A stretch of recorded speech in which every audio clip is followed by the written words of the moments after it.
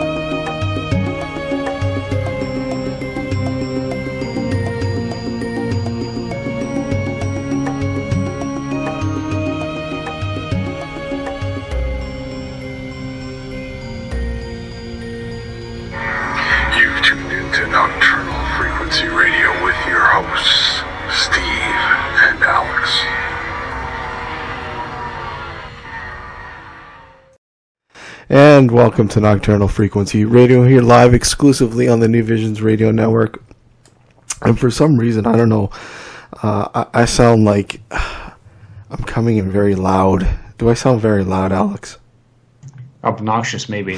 Well, I mean, that's without, I mean, no, you're fine. I'm always like that. You know, we're not going to get into the usual routine, except for Alex. What's new? Nothing. There's another one. Had to get that in there. I mean, it would not be the show if we did not get that in there. So that's true. But anyways, we'll take a short break here, like our usual break. But we're just gonna get right off and start with this. And I'd like to, you know, welcome Redmond to the show. Redmond has been a long-time listener, and, well, you could say almost contributor, Redmond. Yeah, behind the scenes. Behind the scenes. But it's finally good to have you on the show live. Yeah, it's been a long time coming. I suppose it's just sad it's not been in a more happy circumstances. Exactly.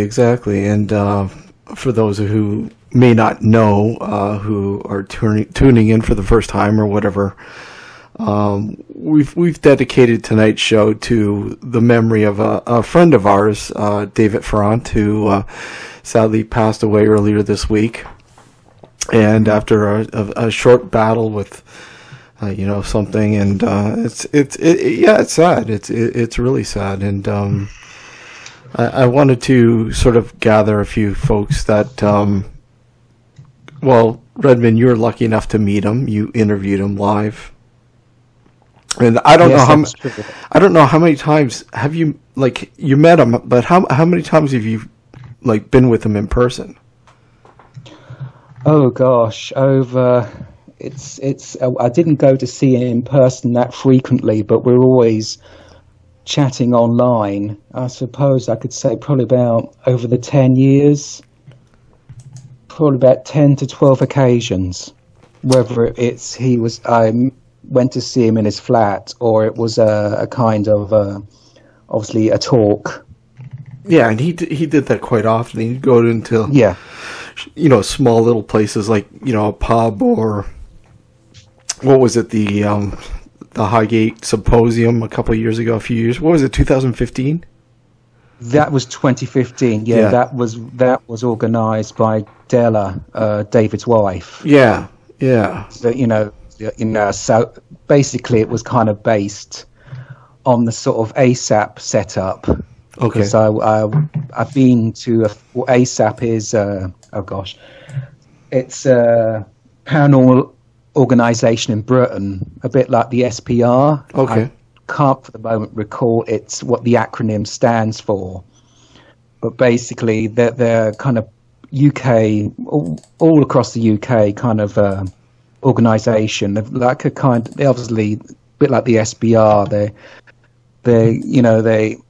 I suppose they follow a similar kind of ethos, but ever so often they'll hold symposiums in which they discuss all sorts of topics. Yeah. Anything from cryptozoology or just basically, apparitions, ghostly phenomena, all that kind of thing. And I think Della's idea was, I think it'd been discussed for a couple of years running up to that sort of event to do something similar for the Highgate Vampire case.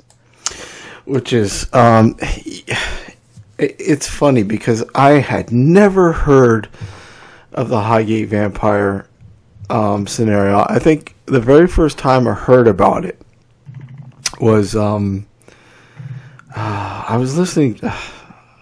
I think I was working night shift, I think, and I was a podcast junkie when it first, when podcasts first came into being, really. And I remember listening to what show was it? Oh man, I can't even remember the show. But they had Sean Manchester on, of all people, and talking about the Highgate Vampire, and I'm like, okay, this is interesting. I think he did an interview a number of years back for Coast to Coast. It wasn't Coast to Coast. It was a smaller little podcast, and I'll look it up maybe at break and bring it up.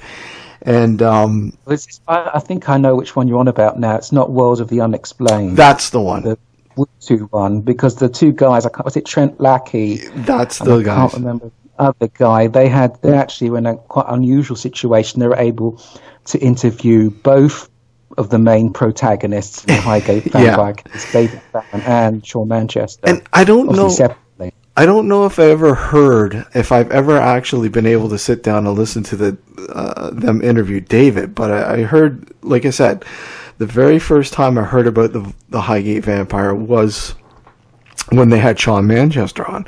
And of course, I had no clue who this guy was. I'm like, okay, they're talking to some guy who's supposedly a bishop or whatever, and talking about this scenario of this vampiric sort of figure in this cemetery in the UK, and I'm like, wow, this is pretty interesting. And I'm listening to the interview, and I don't know how much I believed about the whole vampire bit, but I mean it intrigued me. Like the background just intrigued me, and I did a little bit of research, and then I just dropped it for a while, and then I think when I started doing this show, I think it was before you came on, Alex.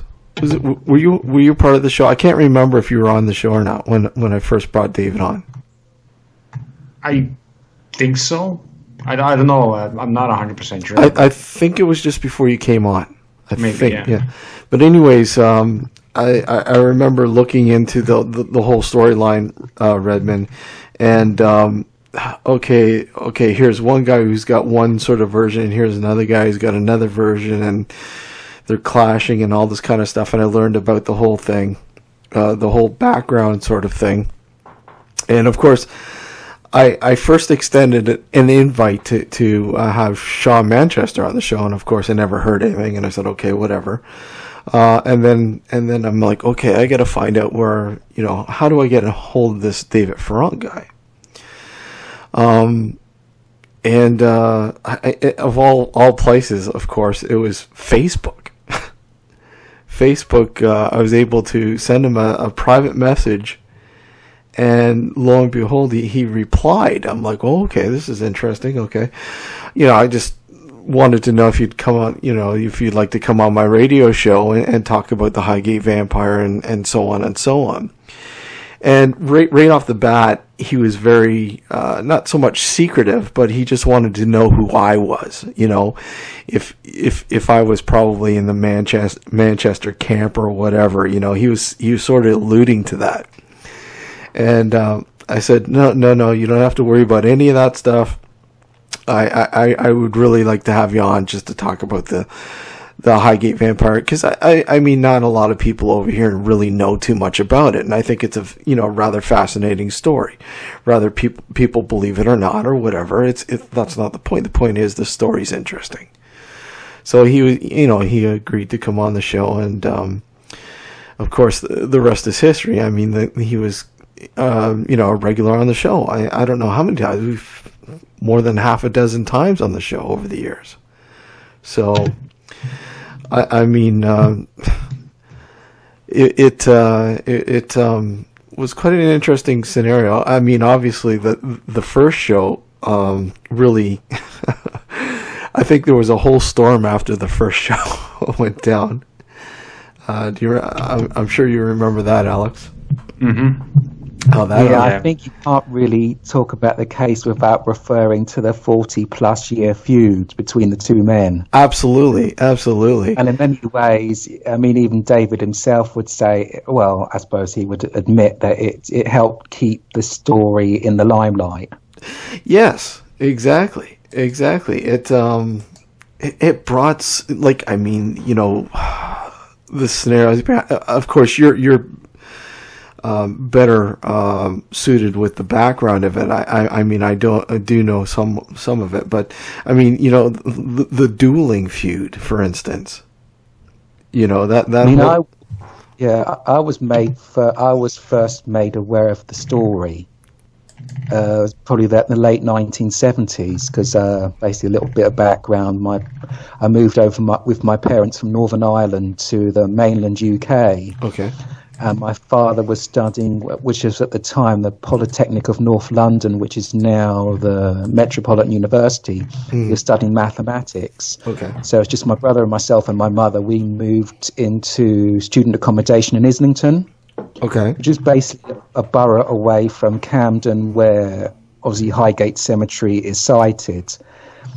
And so I think my father was already aware of the story because it hit the national press in 1970. Obviously, what really hit the headlines really around the world was when obviously a group of people turned up on Friday the 13th, 1970, to storm the cemetery. Because basically, well, a little bit of background, David and Sean Manchester appeared on a program for independent television, well, ITV, basically, in Great Britain. And at the time, it was kind of like a franchised out, so they were on a program called the Today program it was hosted by the time by a man called Eamon Andrews. Okay. And basically, the background was, obviously, it started off, for those people who might not be aware, in the early months of 1970, basically David sent a letter into his local paper, the Hampstead and Highgate Express, saying that he saw a ghost by the top gate of the cemetery, and he just wanted to know if anybody else had seen anything similar. His letter got published, and from there, the rest is history. Really, not all the letters obviously related to the area. I mean, the paper, to be fair, asked, because the catchment area was Highgate and Hampstead, so it's quite a large area, and people were also sending letters about ghostly occurrence, experiences they experienced in the two districts. But then it's obviously the local, obviously ITV at the time got wind of this story, and asked both men on television, and then it obviously got a wider audience, not just, Highgate and Hampstead, but also London, the South East. And before they knew it, before that day was over, they had about 100 people descend on Swains Lane wanting to storm the cemetery, to hunt this vampire. And so from then on, obviously, Reuters got word of it, and then it obviously went round the world. And that's just to say how my father was aware of the story. But I remember my father took my brother and myself to Highgate Cemetery. This must have been 1980 or 81, so 10 at the time. Oh, wow. That would have been cool. Now, the Friends of Highgate Cemetery had already closed it for a good 5 years. They took it over from the London Cemetery Company in 1975. and it was closed for a number of years, save for obviously the cemetery employees, and obviously people could still, obviously, we're talking about Victorian Cemetery, but there are people with people alive that had relatives that were interred there, so obviously they had access. But other than that, it was closed to the public.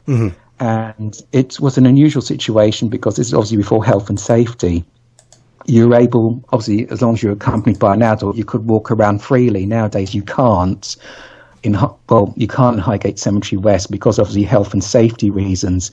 The prime reason being, out of the two cemeteries, Highgate Cemetery West and East, the West is the oldest part, but they have what they call deep portal tombs. Some of them, I think, go 20 feet deep. They're lined with bricks. Basically, a family would buy a plot. And obviously, it'd be like basically a deep well going 20 feet deep. So obviously, it was made in a way, solid walls going all the way down. So that way, they could stack coffins on top of each other.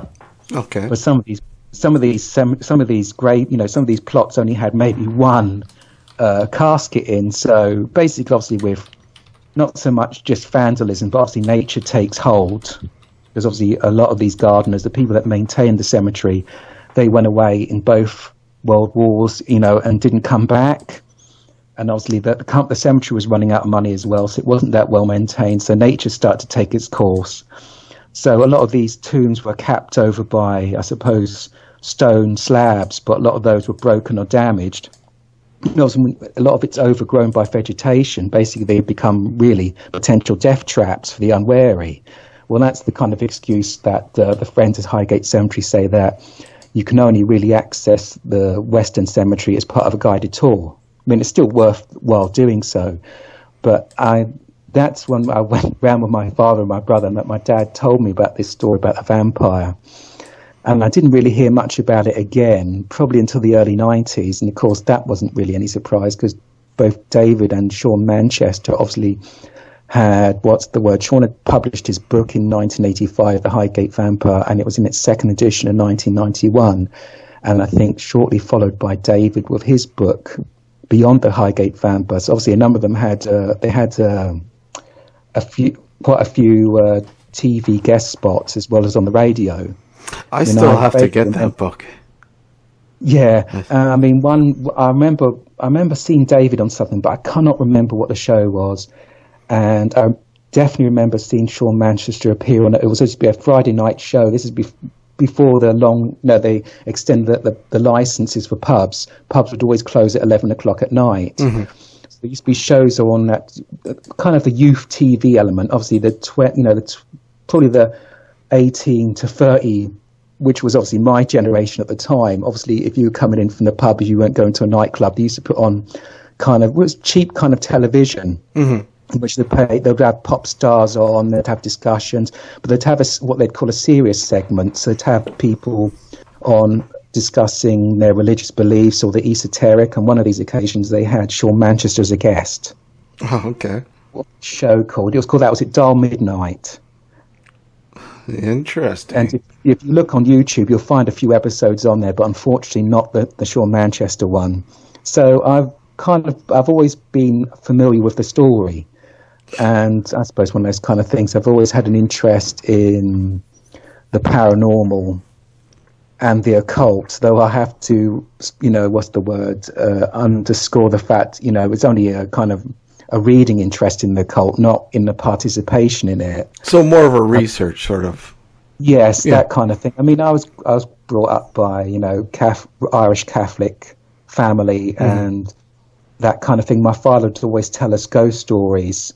Some of them would be like, to do with folklore, Irish folklore, and some of them would be actually stories that he'd heard himself secondhand, if not experienced himself, while he was growing up in Northern Ireland.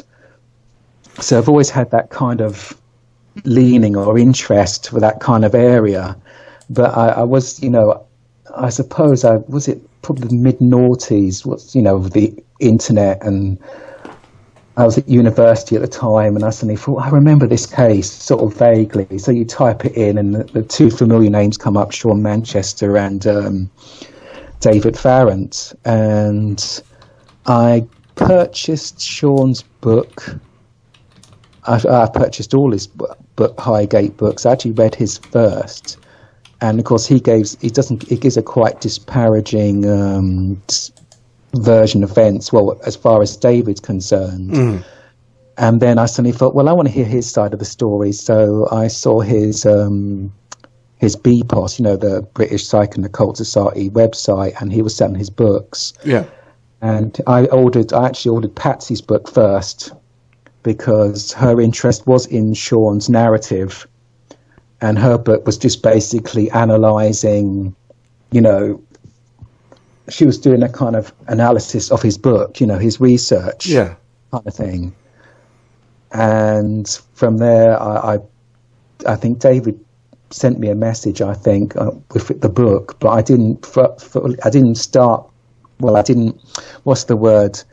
enter into communication until I joined. There was an online forum called the Supernatural World. Yeah, that was ran by. I'm not sure if you know of this individual, but I think the website was taken down a couple of years ago. But it was Supernatural World. It was ran by Brendan Kilmartin. It sounds familiar. I think I do know that. And I joined that, and then David was on there, and we started to converse, and obviously with Della at the same time, and Anthony Hogg. Okay. That was then when I started. This was probably it was 2008 or 2009. I think I was doing my nursing training at the time, and that's when I was conversing. I was just working, doing the nursing. You work all kinds of shifts, so so a lot of it, when I wasn't studying or working, I'd go online, and sometimes David would always be up. And so that's where we conversed, and that's when also I had my first run-in with Sean Manchester. Oh, hold it there. We'll get more into that. We'll take our short break, but we'll get more into that, and your first time meeting David and all that kind of stuff, and we'll talk about because you were obviously lucky enough to interview him, and it's one thing to interview him in person than as opposed to on Skype and all that kind of stuff. And unfortunately, Gareth, our friend Gareth Davies, who was supposed to join us this evening, unfortunately was unable. He had the privilege of meeting David as well at the Highgate Symposium, wasn't it? I think it was, right? Yeah, that's right. Yeah. Yeah. So okay. So hold that, and we'll get more into what you were talking about there, Redmond, when we come back from break. Guys, if you'd like to follow us on Twitter, you can do so at Dark Discussions. You can also Facebook.com/Nocturnal Frequency Radio. Just type in Nocturnal Frequency Radio in the search box. BBM group is Nocturnal Frequency. Twitter is I already said Twitter. What am I saying? Instagram is Nocturnal Frequency Radio. What else am I forgetting, Alex? You got them all covered. Okay, cool. So don't go anywhere. You're listening to Nocturnal Frequency Radio here live exclusively on the New Visions Radio Network, and once again, we're just paying tribute to the memory of David Farrant. So don't go anywhere. You're listening to Nocturnal Frequency Radio. We'll be right back. David's, they've known each other for many years. Okay. And he's quite active amongst, in the BPOS as well. And, it's just, I have to say, I was, it was the perfect host. Anything I wanted to ask, he was quite prepared to listen. I was there to quite late. We were chatting about all sorts of topics, not just about Highgate. And he showed me his scrapbooks, because he kept a meticulous record of all, particularly the press clippings. Yeah. Of the time of the Highgate Vampire flap, as people would call it, as well as his other, because sometimes the paper was also, especially local papers, would cover his investigations into other cases. Well, So, okay, here you are. You've talked to him several times online and so on and so on the phone or whatever else. But what was it like to actually meet him in person, though? Like, I mean, I don't want to say were you disappointed? What were your thoughts when you met David? I think it's a very. I mean, I'd obviously seen some footage on television already, so you kind of get a little bit of the personality of the man anyway. Yeah. But very quietly spoken, very polite. Maybe even speaking as a shy man myself, a little bit of a shyness there. Mm-hmm. But quite sensitive chap as well, I would say. But very warm, very friendly. And that's what I gathered each time that I've talked to him. And again, only on the phone or Skype or whatever, however we talked. But that's what I gathered. I mean, that's the type of person I got out of, through our many conversations. Now, I mean, he was, I have to say, very, very generous as well, and accommodating. Never asked, because I had an active interest in the case and I had to look at research materials. Mm-hmm. He just said, don't, I was allowed, access kind of thing. And I think you probably know it yourself. After, obviously, I went back on the forum and I said that I'd met David. People were interested how things went. And obviously from then on, I became persona non grata with Sean Manchester. But obviously you guys know it yourself. Mm. It's part, unfortunately, you can get caught up in this kind of feud. Yeah. But I mean, it's more from Manchester's side. You become a part of the evil cabal.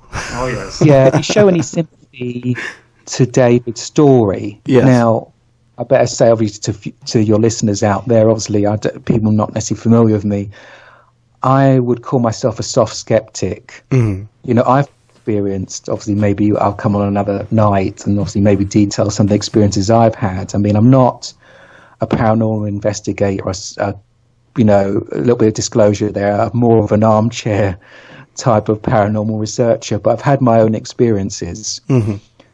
And people have asked me, did you believe David's encounter, that encounter he had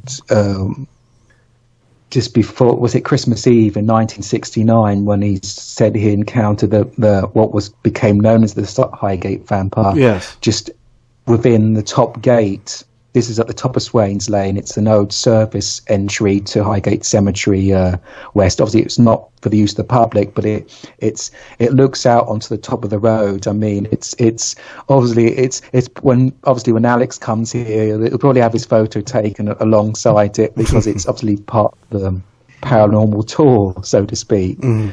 But I was always convinced David was sincere.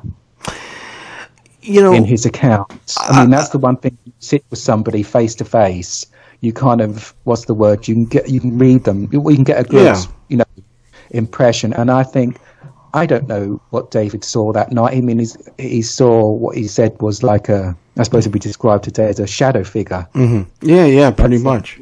Tall. And he said it felt malignant. But I mean, I think for me, I always came across as quite sincere in his experience. And I agree. I agree. Like, I mean, I've gone through old interviews with him and with on TV shows, and he's asked the same questions over and over again, and he has the same answers. It's like, for somebody who, and of course, it's. I mean, people are still seeing things today. One would argue Swains Lane is actually, which obviously bisects Highgate Cemetery east and west. Though people have, even in recent times, have alleged to have seen something, if not the Highgate Vampire himself, in Highgate. For example, traditionally he's supposed to be seen more in Highgate Cemetery West, which is the older part of the cemetery, and Swains Lane. Yeah. But there's been a few people there was a recent account of someone who said he saw this figure in the East Cemetery, though that's traditionally supposed to be haunted by an old lady, supposedly.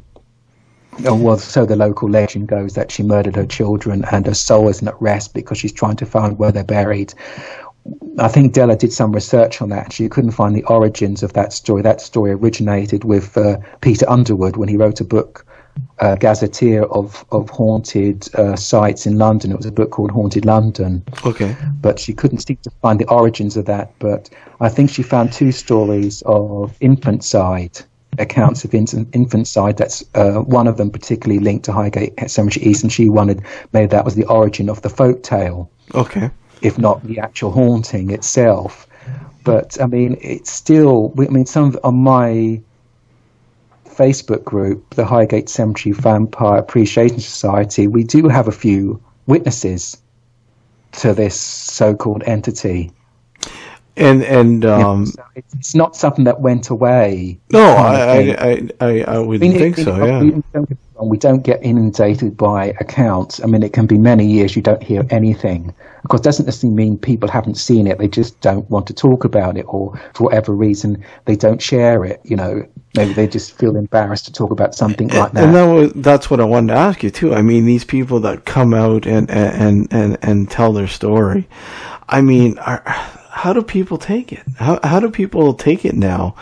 That, you know, if somebody says, okay, look I was in or around the cemetery and had an experience or witnessed something, I mean, what kind of attitude do people take towards these stories now? I think, for example, what I can say, some people are, I can't attribute this all to Sean Manchester, but some people are obviously quite wary when they go online, particularly on Facebook, because he takes the attitude anybody who's seen the so-called Highgate Vampire in recent times must be making it up, or they're were obviously past tense now, a stooge of David Farrant. Well, because he claims he killed the vampire, didn't he? Well, he doesn't like it because obviously he's claimed to stake this creature or put an end to the supernatural occurrence at Highgate Cemetery. He goes even further to say that he cleared out the Highgate area of all paranormal phenomena at the same time. Yeah. So anybody to come forward now and say they've seen something undermines his story. But I mean, I can tell you a particular interesting story. I mean, he wouldn't mind me sharing it because he's been quite public about it. He's one of our members. His name is Declan Walsh. Okay. And he was a psychiatric nurse at the time, and on his way to work, his journey would take him down Swains Lane, and this was going back, I think, autumn 1991. And basically, when he was passing the main gate of Highgate Cemetery West, so this is where, on the opposite side, you've got the main gate to Waterloo Park, Highgate Cemetery East. On the other side, you've got the main entrance to Highgate Cemetery West, which runs through the chapel there. And he said he saw a figure wearing a cloak, a top hat, cape, well, basically a cape, Victorian clothing. He thought it was dressed like an eccentric Victorian gentleman. This was about like 5, 6 o'clock in the morning. Okay. And he said this figure looked as real as you and me, and he said he walked through without breaking his stride through the iron gates without opening them. And Auntie and I have talked to him privately about it, and he's quite sincere and he's quite insistent what he saw. Now, the interesting thing about that story is David, Della, myself, Anthony weren't aware of this story. I came across it by chance because there was I think in the West Country, there's an online paranormal database, and they asked for people to give in their stories, write it out like a police file kind of thing. And he entered his experience onto their database, and I think he put it on there 2008, 2009, and it was only a couple of years, probably prior to the publication of Della's books. This is going back to 2013 or 2012. I came across it by chance, and I told Della, "Oh no, I put it on my group, so it's all date stamped, on Facebook." And obviously Della contacted him, and I think he goes into more detail about his encounter on his own blog. So it's all there and it's time dated, but I just mentioned him because Sean Manchester has tried to accuse him of being a Farrant stooge, ignoring the fact that we weren't aware of this story. We weren't aware of it. It'd been sitting there online, unknown to any of us, for 7-8 years before I discovered it. Okay. So this man, he had no agenda, Jeez, so to speak of. It's amazing because, like I said, after the first show that I had David on, I was inundated by emails and messages, blog entries from Sean Manchester, saying that I, sided with David, and he didn't like that, and I made that quite clear right from the get-go. I just did not, after reading Sean's account and hearing it obviously in a couple interviews, I couldn't believe the whole Hollywood vampire sort of scenario that he stuck to. It just didn't make sense to me, and it didn't ring true. Where when I heard David, if I'm going to believe something out of this, David's account just seems much, as you put it, more realistic, and coming from a person who seems very authentic about it, what they had experienced, rather somebody believes it or not. David, I have to say, David obviously had his fair share of critics. Mention obviously Anthony Hogg. Yes. Who's a friend of mine as well. Yeah. And, and he takes a much more, what's the word? I'm skeptical as well, and he takes a more kind of stronger skeptical line. Okay. And he has, obviously, in the interest of balance, obviously, we're talking about this kind of subject. But he said, which is fair enough. He said David's supernatural claims are just as worthy of scrutiny as Sean's. Obviously, Sean's is quite frankly ridiculous, like you say. Well, yeah, I kind of agree. I do.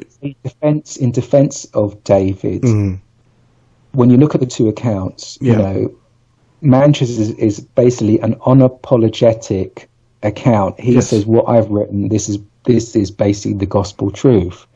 David, in his defense, will say, I have a few theories as to what this thing might be or why it's happening. But obviously, when you put it that way, obviously he was basically saying, obviously I'm quite prepared to. I'm not going to put words in his mouth, but when somebody says they have a theory, I always get the impression that it's open to revision, so to speak. Exactly, it's a theory. He, as far as he is concerned, he said the case isn't closed. I'm still none the wiser as to what this actually thing is. Yes, he's posed a few different theories, on that the idea that there's a ley line running through Highgate. Yeah. Mm-hmm. That this thing might be some sort of, if it's not an earthbound spirit, it's some sort of construct, psychical construct. Mm-hmm.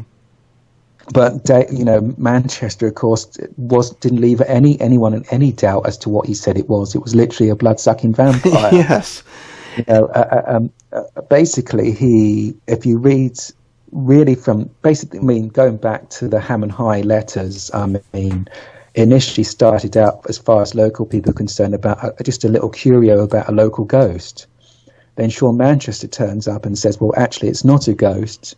My organisation there'd been debate over many years who had ownership, which it was of the paranormal group, which was then called the British Occult Society, the BOS. Mm-hmm. And he basically really, he gave his account that there was a vampire infestation in Europe. There was supposed to be some Wallachian nobleman who practiced the black arts. He doesn't say at what stage is this man still alive or becomes a vampire, but basically supporters usher him out I think it must have been Lacquer was then Romania. So somebody would basically say if I'm wrong, and was brought to Britain and was a tenant for a time in a building, a house, a Queen Anne style house called Ashurst House, which in turn was demolished to make way for St Michael's Church, and the gardens of Ashurst House became Highgate Cemetery West. But basically, it just reads the Stoker's Dracula. I think that was deliberate. I think that was deliberate on Manchester's part, because I think he wanted to turn around. Because people would say, well, this is how silly it is. He says, how can he, he's basically plagiarized Bram Stoker. But I think his intention was to turn around and say, well, basically Bram Stoker based his novel on a real occurrence, and I've uncovered it. So I think he was, you see what I'm trying to say? He was trying absolutely, to use, yes. To say that Bram Stoker's story was based, some argue that it was based on Vlad the Impaler, and all kind of sometimes in part placed on this. Because Bram Stoker, like myself, was brought up on ghost stories because he was of Anglo-Irish background himself, and he was a very sickly child, and his mother would tell him these ghost stories, from the old country. Yeah. So obviously that shaped his, his interest in that field, in obviously the literary sort of supernatural rather than maybe an active interest in the supernatural per se. But I think that's what Manchester was trying to do. He was trying to say, well, actually, you may say it's similar to Stoker's novel because Stoker was aware, because obviously part of Stoker's novel is based in neighbouring Hampstead, that he said, it's Stoker based it on true accounts of vampire sightings, and I've uncovered the very vampire, so to speak. Well, don't get me wrong, I found his book entertaining. Yeah, I've reviewed it on Amazon. I gave it 6 out of 10, and that caused a lot of problem with Manchester. And I said, well, I bought the book. I'm a verified purchaser. This is my right to say so. And I said, I found if you suspend your imagination, you like a little bit of hammer hokiness. Yeah, it's an entertaining read. Actually, I have to say, to be fair to Manchester, he can write. Yeah. Just unfortunately, he just doesn't have much in the way of an original idea. When you read it, when you read it, and when you listen to him talk about the case, it just, Hammer horror, just comes to mind. It was pretty apparent too, even before this Highgate Vampire sort of scenario began. Was he not? It was apparent that he was a lover of vampire films, was he not? I think he says himself he read a lot of Montague Summers, so that was his main influence. Mm-hmm. Some would argue that Manchester's had a number of different, I call him Mr. Ben. There used to be a children's TV show in Britain, I don't know if you ever saw it in Canada, called Mr. Ben. No, I can't say it. And basically it was like a 2D animation of this man who was basically a bored businessman. Okay. And he knew a local tailor or a fancy dress shop, and he'd basically go into his closet. There's no pun in that. Yeah. And basically, dress as a knight. One week he'll dress as a knight or something, and he'd go through. It's a bit like Narnia or Doctor Who. It'd basically end up acting out the character. Okay. In some fantasy world, he'd be a knight and he'd be back in medieval England, so to speak. Yeah. And he'd be an astronaut 1 week, and that's why I call him Mr. Ben, because Manchester's had a number of identities through the years. He sold himself as a white magician. He kept on attacking David for his alternative beliefs. David, was never into black magic. He wrote a few articles for a local paper, making people, to be wary of getting involved in that kind of thing. Mm-hmm. But I think it was just a stick to which, fair enough. Both David and Manchester, to be fair, and I think that I think David had some regrets since. I think, yes, they kind of courted the papers to a certain extent. You know, you mentioned the cult jewels earlier, kind of thing. Yeah.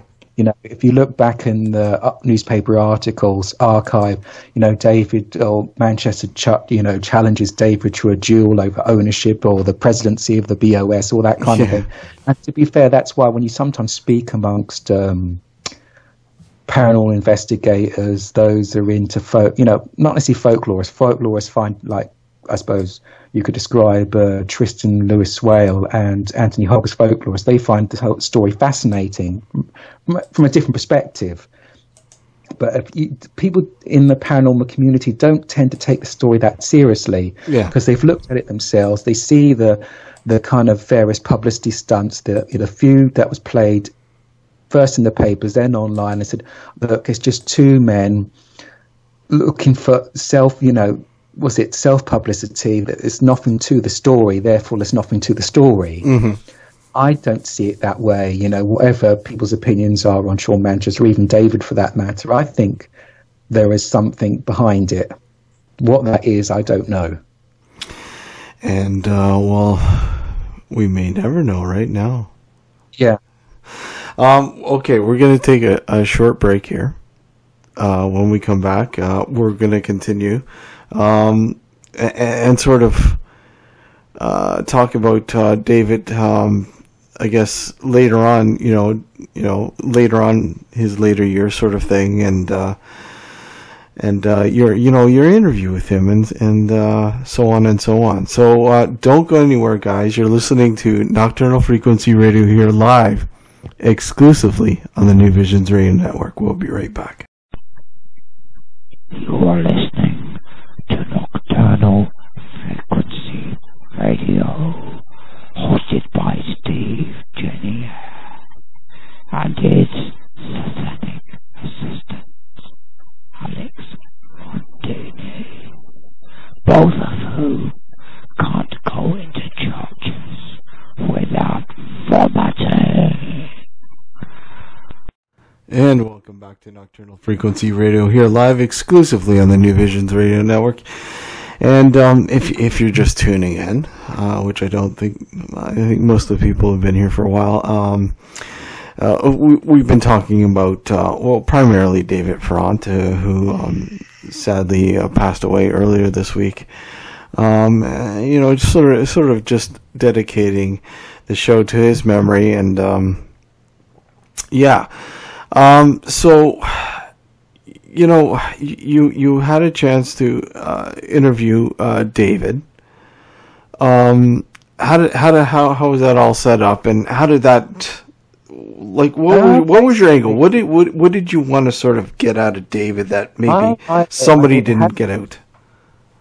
Well, basically, the reason behind, it's basically 8 hours of recorded material.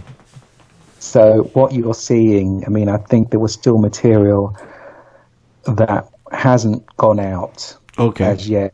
Whether it will, I don't know. But basically, it wasn't been that long after I'd set up my Facebook group. And I said I was, basically, obviously, I'd seen David a couple of times. And Anthony put forward the suggestion, and he put it to the group, that we'd arranged to record an interview. Well, I was, Della was going to be there, and basically to record an interview in which David and I would sit and talk about the Highgate Vampire case, and then maybe a little bit about his other investigations. And basically we put it to the group, is there any questions you'd like to ask David? And I'll ask him on their behalf. And that's where it just basically started from there, really. And did you have a lot of questions from the group, or? A good number of them were from Anthony, and he'd read that himself, because every time I'd read it out, and David said, "Oh, that's come from Anthony, hasn't it?" And I said, "Yeah." I'm curious about if, sort of jumping a little bit here, but have you heard anything from the Manchester camp on David's death? He put up his own death put a sort of like a notification up on his groups, and he's put an obituary up on one of his numerous blogs. Mm-hmm. I don't really want to be drawn on it, to be honest. There's a certain degree of passive aggressiveness. It's too bad. The eulogy. I know, it's sad. It is. It's too bad. And I think on some level, I wonder if Manchester does, what's the word, miss David. And that's what I was going to say. I mean, because they were, if not friends in the early days, they were certainly associates. So I think and of course they're both, it's yin and yang, isn't it, with both of them? So with David now passed, there's going to be for Manchester a certain, what would you say, void? Well, there's a void, exactly. I mean, it's his foe, if you will, and no matter what, I think he will miss him. I think he really will.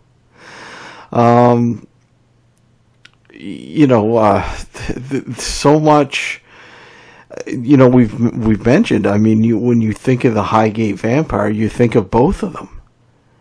And definitely. I mean, I think I was speaking to Anthony and Aaron Chapman. I mean, that's a friend of his and a friend of mine as well, and a colleague. They run an online news site called Farrant. Mm-hmm. So obviously they have an interest in vampirology. Obviously they don't believe in vampires, but they have a strong interest in the folklore. Yeah. And that's how Anthony himself got interested in the Highgate Vampire case. In his youth, he lives down in Melbourne, Australia, but he would, obviously he'd get books on the supernatural and all that kind of thing that we all have, growing up. And that's when he first got wind of the case. He started out being quite sympathetic to Manchester. Yeah. I think, I had an open mind. I mean, when a little confession, my first contact, apart from reading online material, the first publication I bought was Sean Mancher's second edition, the hardback copy of the Highgate Vampire from 1991. Mm-hmm. Now I read it with an open mind, and I think, there's a lot of flourishes here, but he had a way of linking recorded events with his narrative or a newspaper headline, so it gave it the kind of impression of there's something to this story. You know what I'm trying to say? No, absolutely. My initial impression was, okay, he's investigated some strange occurrence in Highgate, and for this book he's kind of heavily embellished his story, but there must be something behind it. But ironically, in many ways, because he kept on talking about David in a sort of not very sympathetic way and not very, what's the word? A little bit too much biographical information about David, I think, was not very discreet, to be honest. But I think obviously people will hear, if they're not familiar with David before, would read Manchester's book, because most people think, well, there must be two sides to a story. Mm-hmm. And then I seek out David himself, or they buy his books or booklets to see what the fuller picture is. And of course, like you say, they hear a totally different story. Yeah, I mean, like you, my first foray into it, I had an open mind. There was no side to choose. I mean, I just knew that I didn't even know about David in the beginning. Like I said, it was just Sean's through the interview, and then I'm like, okay, well, maybe I want to pick up his book and sort of give it a go and sort of read a little bit more about it. And then, obviously David came into the picture, and then I started learning more about David's story and his take on the whole scenario. And, it's okay. Well, I mean, what surprised me going back to Manchester's narrative of, I thought, okay, I'll buy the hardback book because I like hardback books, and it's supposed to have lovely illustrations. They were illustrated by an associate, well, first of Sean Manchester, then David Farrant of Chrissy Dement. Okay. And Kev Dement, they're a husband-wife team. They they've kind of left the Highgate arena many years back, and now their interest, which still interests me as well, is pulp horror novels. Okay. That's what they've gone into now, and they don't really want to talk about it anymore, because you kind of get that with this case. A lot of people get burned out, or they just get jaded, or I call it affectionately the vampire's curse. The vampire's curse, yeah. They get vamped out, and they just want to leave the case. And you see a whole history of people have done that. And I was surprised to learn that Manchester's narrative had changed. Okay. I mean, I purchased a copy. I purchased a copy of his first edition, the softback book. Mm. And Anthony said to me, well, you'll find it quite interesting. And I did, because the second book, which was, he's talked from very clerical, kind of very Anglo-Catholic, old Catholic Church orient narrative. But the Manchester in this first edition is a very different character. He's someone who's quite prepared to dabble in white magic and even necromancy himself. The story's still the same, but he's taken in the second book, when he brings the second book out, all those occultic references are removed and given a more Christianized hue, if that makes any sense. Yeah, well, yeah, if anybody knows. Of course, that coincides with him becoming first, he joined basically he got canonized through the old Catholic Church. Mm. And then he became a bishop via them as well. So I think he's a bishop. I don't know. I think I suppose his title's genuine enough, but it's like Anthony himself say, you can go to some of these online churches, can't you? And you get a certificate to say you're a bishop or a priest or a minister of. And I was going to ask that too. I was going to say, well, where did this whole bishop thing come into play? Bishop, he said he's autocephalous, which basically means he's his own church, basically. But there's never been any evidence of him. I think he was involved when he became bishop. He obviously did some ministerial, he administered to the flock in the old Catholic Church, but that was it when it was over. You wouldn't find any church services. Did he do it for tax purposes, do you think? So he says himself in a London periodical, Newsweek, it says, I get tax deductions for this kind of thing. But basically, I mean, you see it, I'll send you the link, but the interview he gives, I mean, he very much denies his occultic past. Mm-hmm. He gets very, very, I only pretended to be into the occult because I was trying to uncover occult activity. Mm-hmm. Which just doesn't work. You look into the newspaper archive, and it just doesn't. Like I said to you, I think we spoke when we're off air, wasn't it? When you were playing the adverts and the music. Yeah. He's into a character I call, which was in children's television, Mr. Ben. Yeah. He's had a number of different identities through his career, and I think the latest model, which is the one he's been for the longest, which is Bishop, the so-called Bishop of Glastonbury. It's basically, he's very much, his influence is Montague Summers, who obviously people know anything about Montague Summers is a bit of a shadowy character himself. And he obviously, he believed in the literal vampire as well. That's very much his influence. Well, and I remember the whole, I guess, if you want to put it that way, the Nazi influence bit that came out as well. Oh, the so-called Nazi room. But going back to the magic for a moment, he even said to the BBC reporter, that we're the British Occult Society, and he said, we don't just investigate paranormal in phenomena. Mm. We actually will utilize white magic. Now, you have to think about the context of the time. This is the time of the cult revival, the late 1960s, early 1970s. Yeah.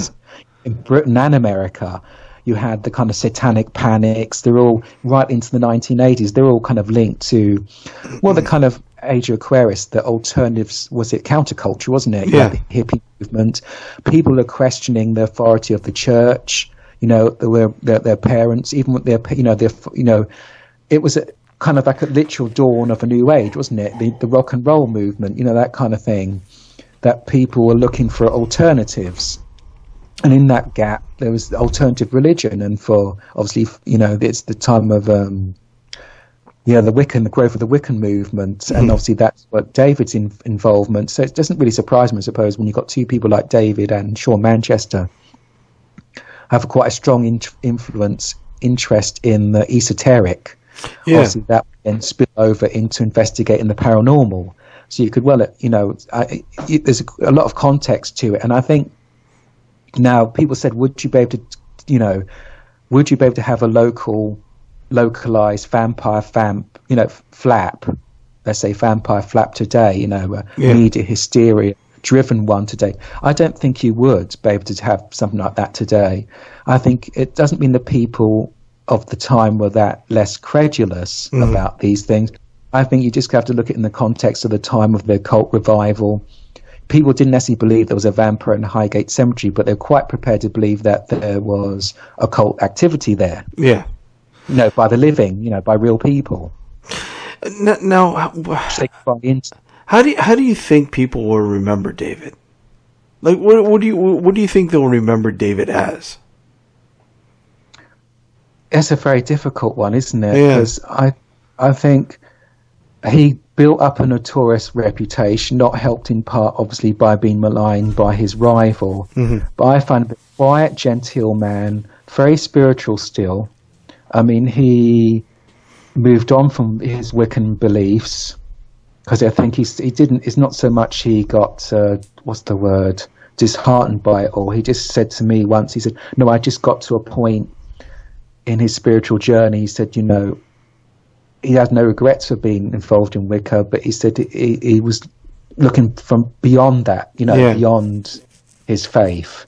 So I think he kept a more kind of, not so much agnostic, but kind of more still very spiritual-minded individual, still very open to possibilities, and totally non-judgmental of anybody else's belief systems, unlike a certain other individual we could mention. Yeah, when the more and more I got to know David, and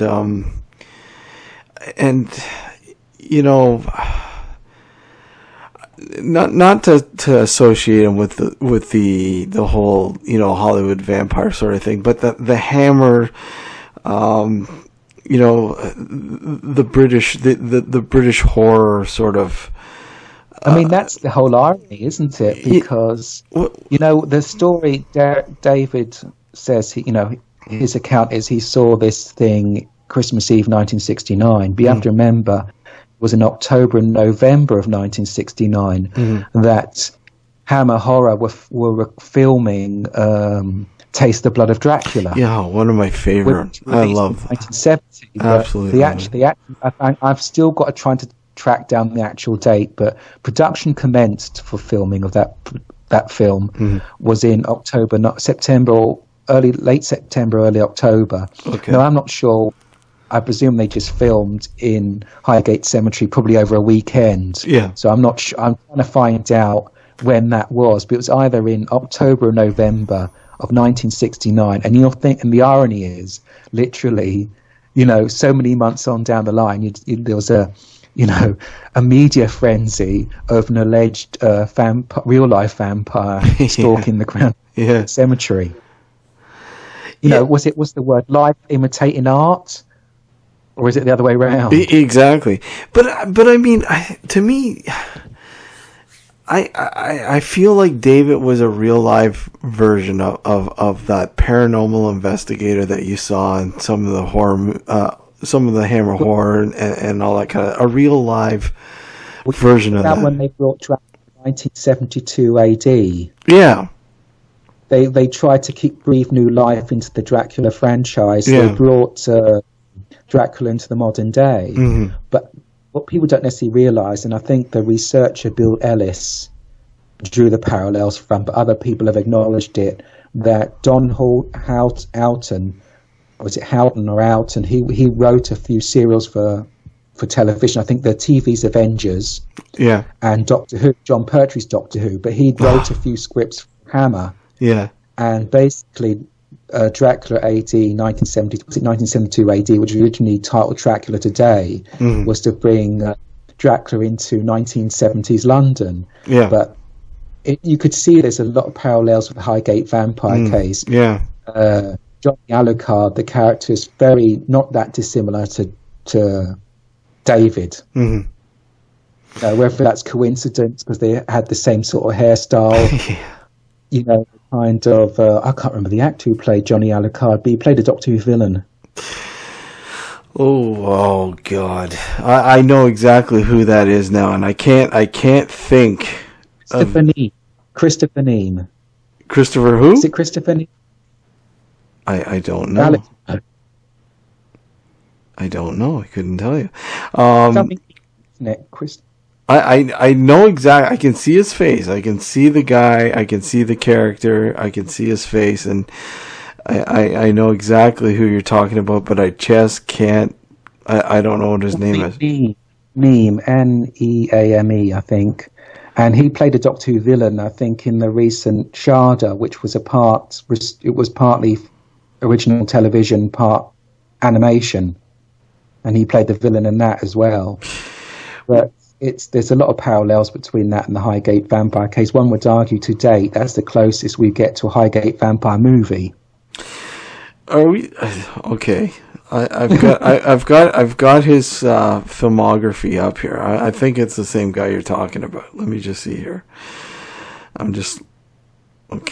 His early filmography here. All right, let me just scroll back. Okay, so here we go. So we're 1971. Lust for a Vampire. Okay, directed by Jimmy Sanster, whatever. But this movie is Dracula AD 1972, isn't it? Or 1972 AD. I keep forgetting which way around back. Yep. He played Johnny Alucard. Which is supposed to be a relative of Count Dracula because it's an anagram of Count Dracula. Yes. And then, when you look at him, you sort of, they don't...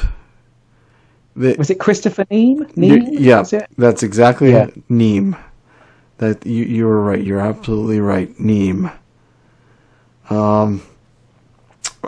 don't have a pit. Well, I didn't have a picture of it, but it's a newer picture of him, like an updated picture, so you don't really get the gist of what he looked like. But that's what I mean. Like with David, he was. He did what he loved. I mean, the whole psychic investigating and research and all that kind of stuff. He was doing what he loved to do, And I have to say, if you've read his 2-part autobiography, yes, I have him here, and I absolutely love him. I'm sure there was supposed to be a third book, but obviously I don't know if that will ever come out or whether it was completed. But I have to say about David, he's always quite candid about his past. Yes.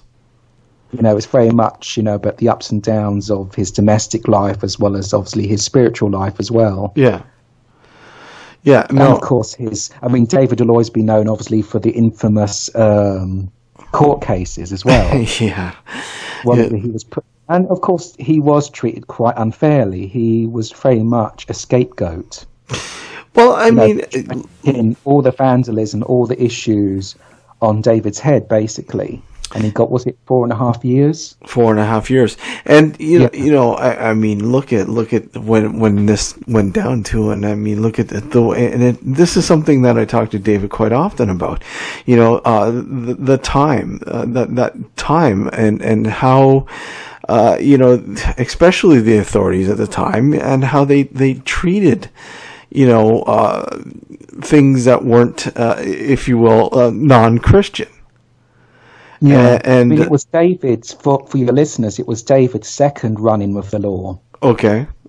Obviously that he was caught on the grounds of Highgate Cemetery, and he, from his point of view, he and a group were trying to invoke or summon up this, because obviously he had occult, he had beliefs, obviously alternative beliefs, but what's the word? In his investigations, he would implement his beliefs. Yeah. which was white magic. And so he and a group went there to see if they could communicate with this so-called entity. Yeah. And the police were obviously patrolling because obviously there's a lot of bad publicity about desecrations of the tombs, vandalism. I think the group broke up and David was caught. And they tried to prosecute him for hunting a vampire or something. And I can't remember, he said, there's no such law. Yeah. I don't know the ins and outs of the case. But that one got thrown out. But obviously the police from then on had it in for David. Yeah.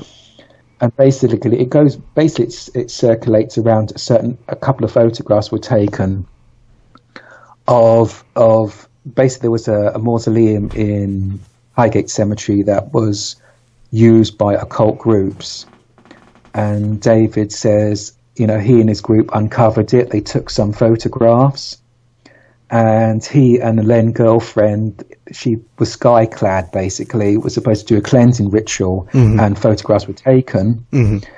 And basically, unfortunately, it was used as circumstantial evidence against David to say that, these desecrations in this mausoleum were all down to you. Yeah. And of course, David, no, they're not. We photographed this as evidence. The photograph, he says, well, this woman who's with you is you're performing some sort of ceremony. He says, no, we're performing a cleansing ceremony. I photographed it, yes. We're not the ones that actually did the damage. Yeah. So basically, it was really circumstantial evidence that, they basically wanted to use David as a scapegoat, and then obviously he got convicted. Well, yeah, and he added, I remember you were saying that when they pretty much found them, he was about to, or he was in the midst of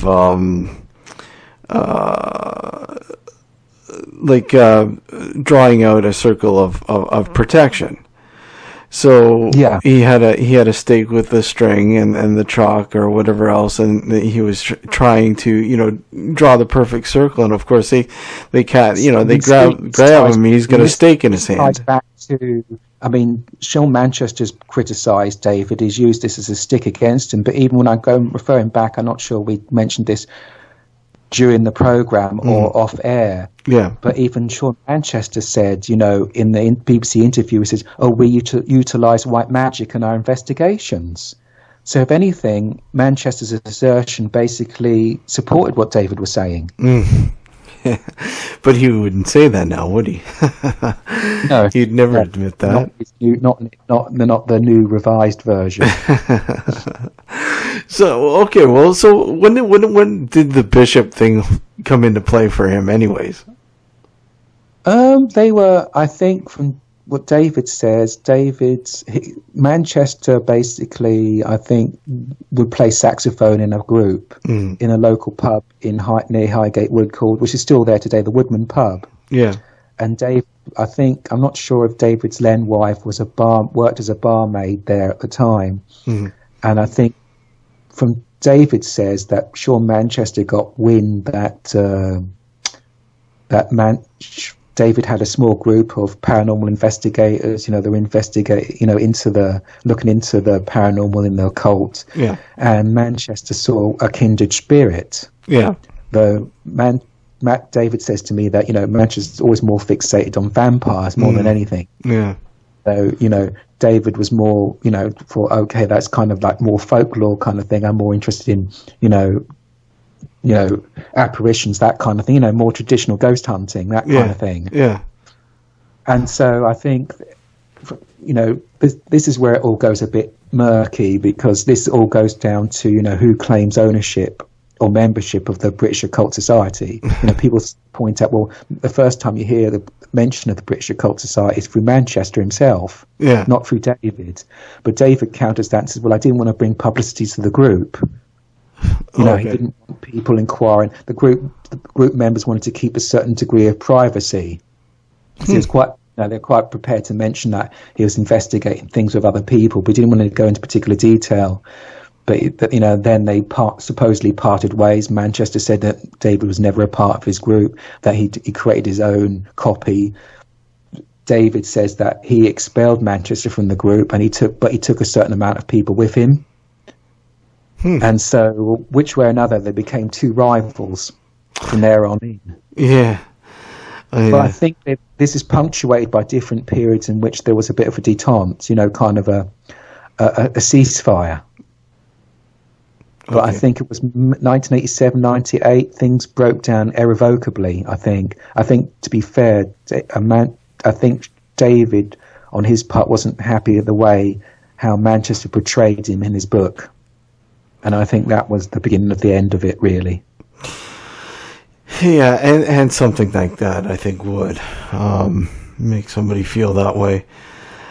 Alex, when did you become aware of the Highgate Vampire thing, or David Farrant? Was it through the show? Through the show? Yeah, through the show.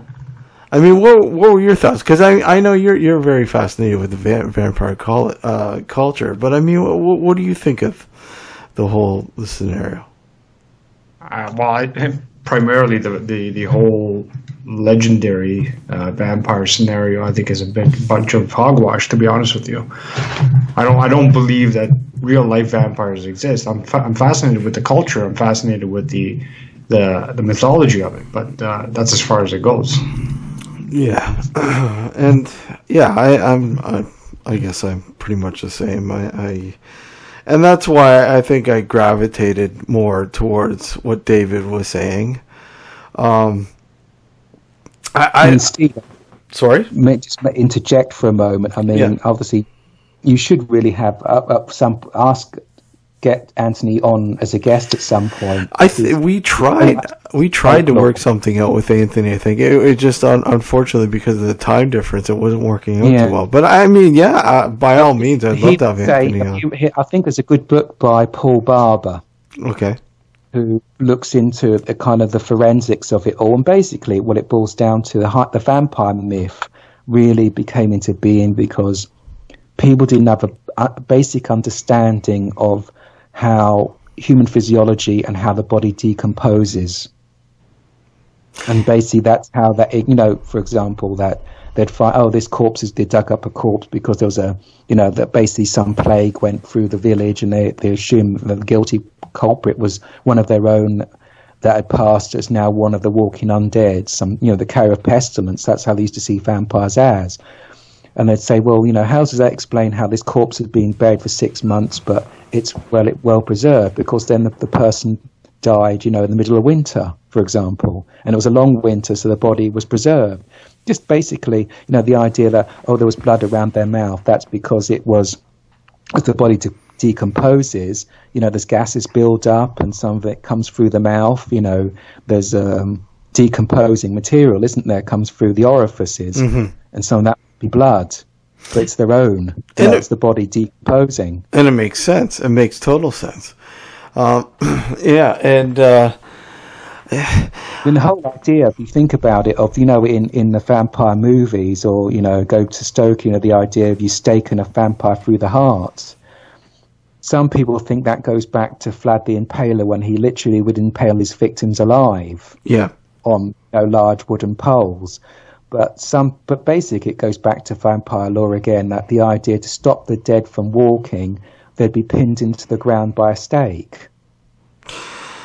So then that becomes the stake in modern modern vampire lore. Yeah, it's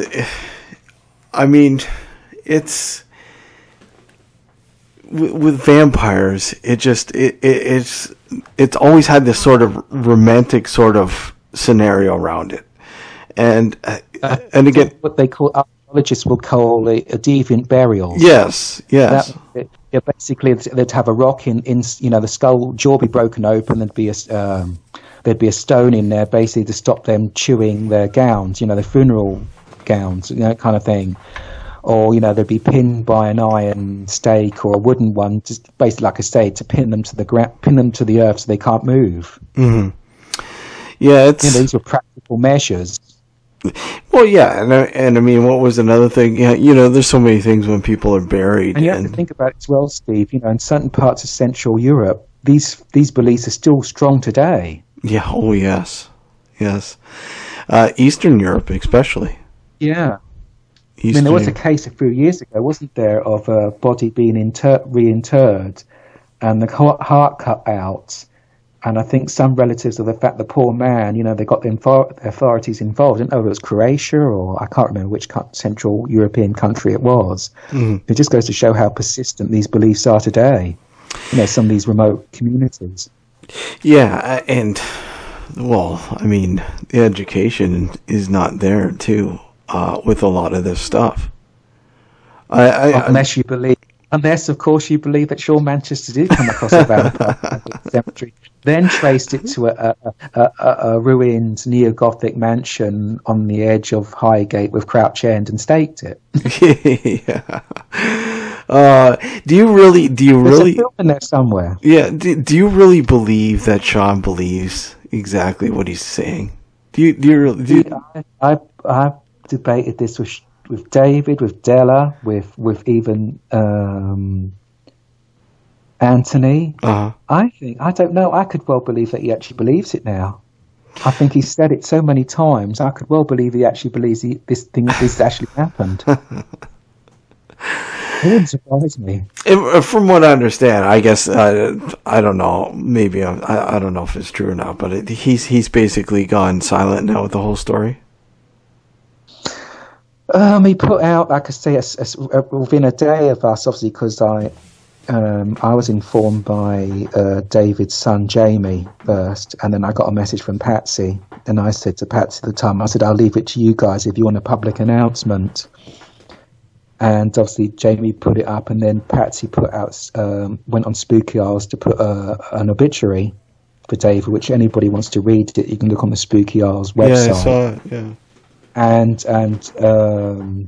Della and Jamie put a joint statement out, announcing David's passing on all of David's, the Facebook group pages and the public ones. Yes. For okay, it's okay, because I wanted them to put it out first. So obviously, I thought obviously I said to Patsy at the time, obviously, Sean Manchester reads these things every day to see what we say about him or don't say about him. So he's going to learn about it anyway. Yeah.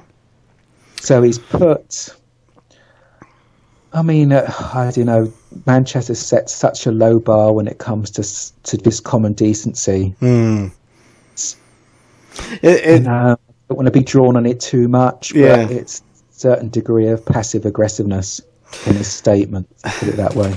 It's really too bad, but it's unfortunate, but you know what? It's the reality of it all, unfortunately. So, well, it's sad to, it's going to be kind of weird not being able to talk to him anymore. I mean, I did enjoy our conversations when we did have them, and it was funny because it would always be on a spur of the moment sort of scenario. I'd be up very late, and he'd be up, and then I'd have my Skype on, and all of a sudden, Steve, did you want to talk? And hey, you awake, sort of thing. Okay, let's talk, and we'd have a conversation for about an hour, just about all, mostly things on the paranormal. Just it was really, really, really intriguing to pick his brain. I think you have a legacy that will still carry on. Well, yes. If it's in Patsy's and Della's power, I think it will carry on, and one can hope maybe people learn a bit more about his other investigations, all that kind of thing. Which would be good. I mean, I think people should know about what he was doing besides the Highgate Vampire. I mean, I think most people know. If anything, Dave was a meticulous, kept all sorts of, like I said, newspaper clippings, everything, kind of thing. He had his own kind of archive. Well, he talked about a few cases that he had. Because I asked him, I said, point blank, I said, David, besides the Highgate Vampire, there must have been some other cases that you worked on that you were very, very, very, not necessarily proud of, but I mean, that intrigued you, you to this day, it's not solved. You don't know what's going on, but you're intrigued, and it's continuously playing out in your brain, sort of thing, your thoughts. And he brought up a couple cases, and I believe one of them was an old house. What was the name of that house now? Oh, I'd have to go back and listen to the interview again. But I think it's in Wales, Beaumaris. That's the one. That's the one. And I think he's done Netley Abbey as well, and a few others. But he's done it up and down the country as well as other locations within London itself. But I asked him. I said, "Look, why does this intrigue you? Why do you like?" As he would put it, psychical research. He never called it paranormal investigating or anything like that. He called it psychical. It's very old school. Yeah, very old school. And why? And he'd always go back to, he'd always refer to his mother, right? He'd always say, "Look, my mother was very." It's like I said, I can't remember now if we said it off air or earlier on. His mum came from she belonged to a spiritualist church. Yes. I think his father was more agnostic, more C of E. I can't be right about that. But he is very much influenced by his mother, and I think it hit him. His mother passed away a number of years before his father did, and it affected him quite a lot. Mm. And so he was always looking for answers. He's quite a spiritually minded man, and that's led him to the Wiccan movement. Mm-hmm. And he's mentioned that many times, that was one thing, every time I had him on, just give me a brief sort of, scenario of how you became, involved with the paranormal, if you will. And, not for me, but for the listeners, David. And he'd always begin with that. He'd always talk about, his mother. The first experience that he had with the paranormal was in the family house in Highgate. Yeah, he would mention that. Then that was something he would talk about, and how much his mother influenced him, and I think it had I think probably Dave was pretty much a child of his time. I think, like I say, he had this very strong sense of spirituality. He was looking for some sort of religious kind of home. Mm-hmm. I think that had an overlap with an interest in the occult and the paranormal as well. Yeah. He he definitely was. When you envision somebody who is involved with this field, you almost it's like you see David. I mean, there's no doubt about that. It's just. I think he's just going to be an iconic figure in the history of paranormal research. Really, whether or not people, would critique his methodology or not, especially in modern day methods. But you think. I mean, people think Enfield Poltergeist. They think Guy Lyon Playfair. Yeah. And think Morris Gross. Yeah. Well, you think Highgate Vampire originally, you're going to think David Farrant and Sean Manchester. How well known is the case over there? Or Borley, for example, with Harry Price. Yeah, well, yeah, exactly. But how well known is the case over there? Outside of, say, London. I would say compared to Enfield and Borley, it's a bit more fringe, okay. Highgate. It's a bit more fringe, okay. I think its peak period was probably the early 90s to mid-90s to late, the 1990s probably. Yeah. A good 20 years after the original investigation. Both men had brought out some books. Obviously, they brought out their respective publications. They got some guest spots on television and radio. So it reminded people, or they introduced them to a new audience kind of thing. And I think, it's a bit of a funny topic, like I said before, because you go around paranormal circles and you bring the case up. I've been to ASAP meetings and Ghost Club meetings, and some people just chuckle at the case. Oh, really? They might have looked at themselves in the past. They'll hear about the feud, which is obviously well known. Yeah, and they might hear something about their checkered history when it comes to the press, and they think, look, it goes beyond any credibility. They're just not interested. But I just I've always found the case fascinating. I still think there's something, I still think it's worthy of investigation as a paranormal case. So a proper investigation. I don't think it's any different in that regard to, you might look at, like I said, Enfield Poltergeist case, and which was run by the SPR. Morris and Guy were members of the SPR. It was an SPR investigation. Yeah. And I think it was the same sort of thing with Price, with Borley. And so both of these cases are quite well documented. Highgate's a bit different because you've got two competing narratives. Yeah. But that doesn't necessarily mean that Borley's any more credible from a skeptical point of view, or Enfield's any more credible than Highgate. Yeah. You know what I mean? I think that from that thing, I think maybe Highgate, the case has got a bit of a short. People dismiss it all too quickly. Has anybody outside of David or Sean, say investigated the cemetery properly? The Friends of Highgate Cemetery will not allow anybody to investigate, because I think maybe it's just for them it's still too raw. Yeah. You'd go under Jean Pateman. She used to run the Friends for many years.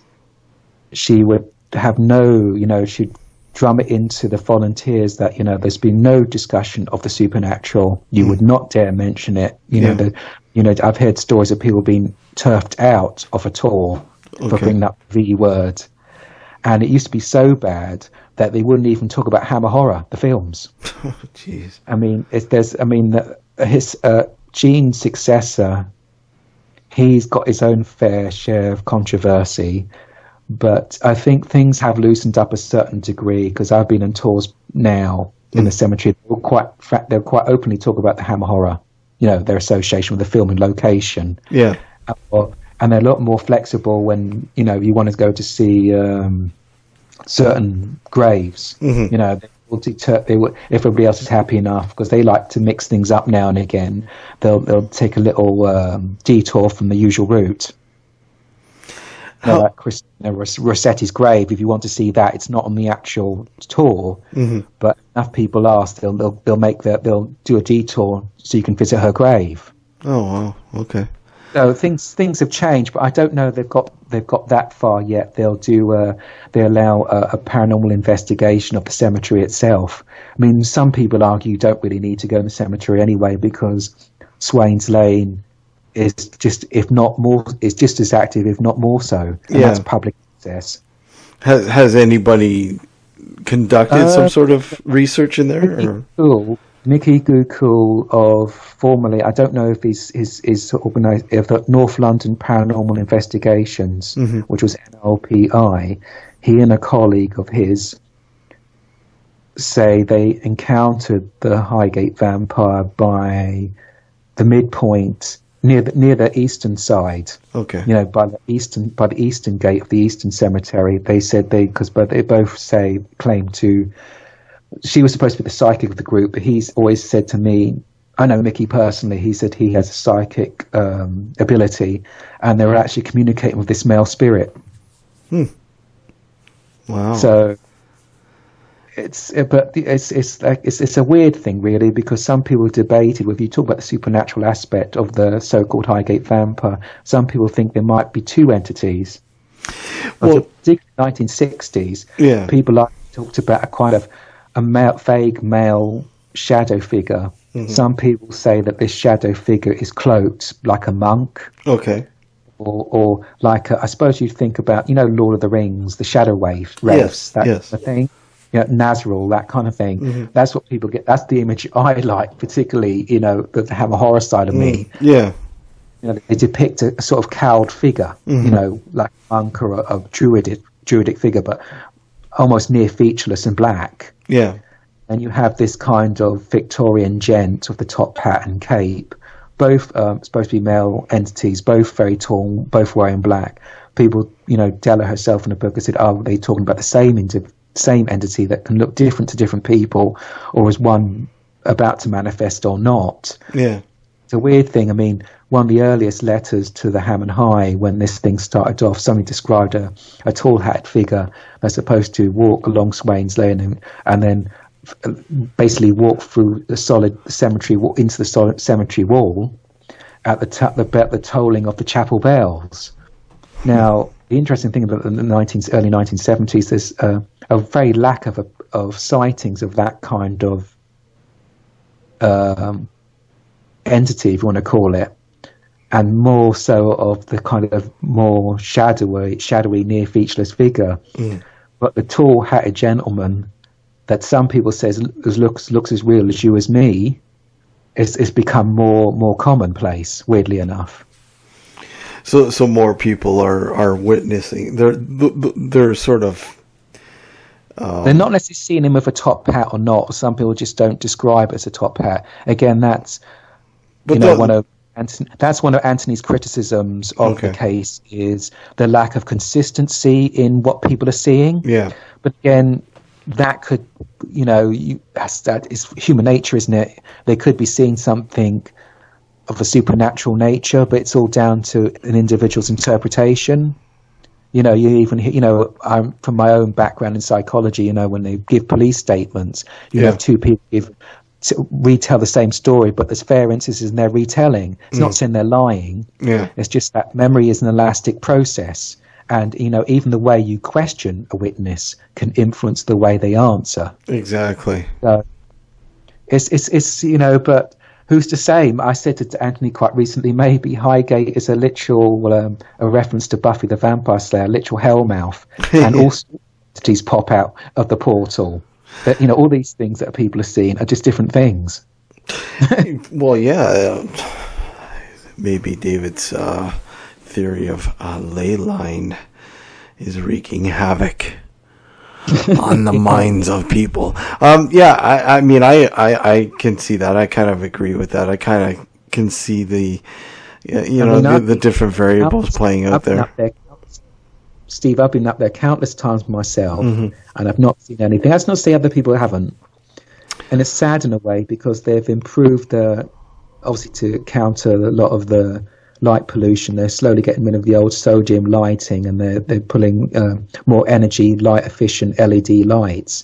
So they don't the light doesn't diffuse into the sky so much. It goes straight to the ground. Yeah. But Swains Lane is even more illuminated than ever. Okay. So it's kind of lost a little bit of its spookiness. Oh yeah.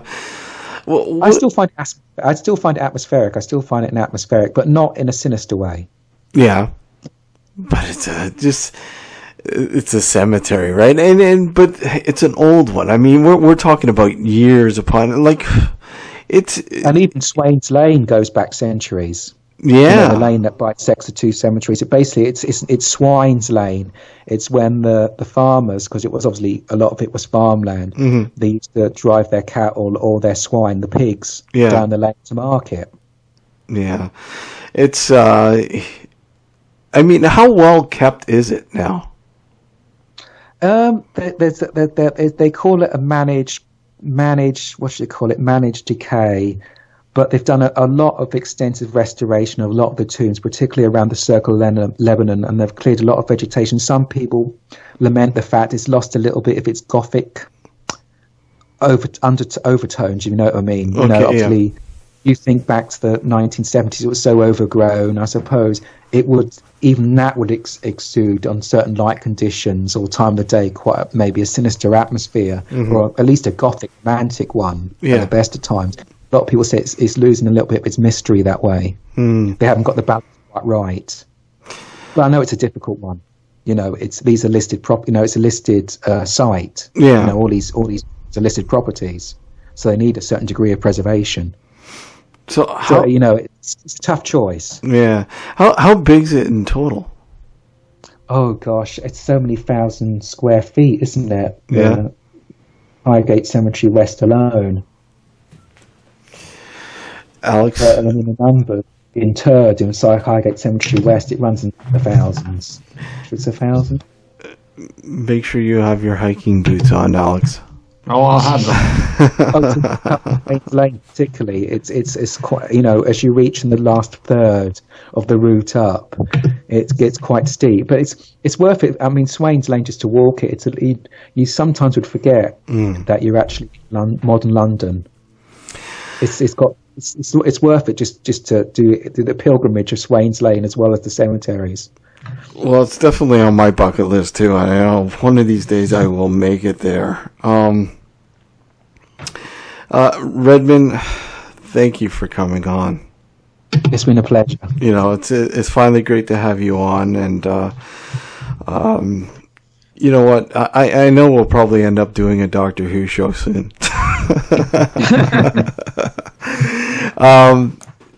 Okay, well let me ask. Okay, one more time. How would you like David to be remembered? I guess. Oh gosh, it's I suppose it's David the man, the person I knew, or David his reputation. I suppose just that history be kind on him, really. Yeah. His own way, he was just a pioneer, you know, in the paranormal field. Yeah, and I think that people should definitely think that. I mean, there are so many people in the field, but I don't know. I don't know.